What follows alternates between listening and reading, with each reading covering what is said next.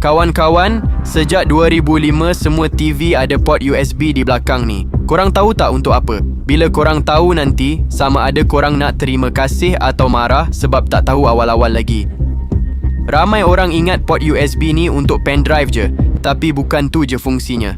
Oh, kotak TV yang ada kat rumah tu boleh buang je sekarang sebab tak payah dah. Buat macam ni, ambil kabel USB yang korang guna untuk cas telefon. Sekarang sambung kabel tu ke port USB yang ada kat belakang TV.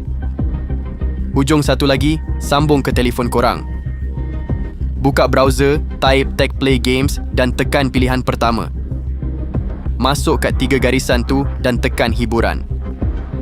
Sekarang scroll ke bawah, masuk artikel ni dan muat turun aplikasi dalam telefon. Dalam aplikasi tu, tekan sambung dan pilih sistem TV korang. Sekarang tunggu beberapa saat sampai berjaya sambung. Bila dah sambung, TV korang akan mula sistem baharu yang dikemas kini. Dan siap, TV lama korang yang bukan Smart TV, cuma sebab ada port USB kat belakang, sekarang boleh dikemas kini dan guna macam Smart TV.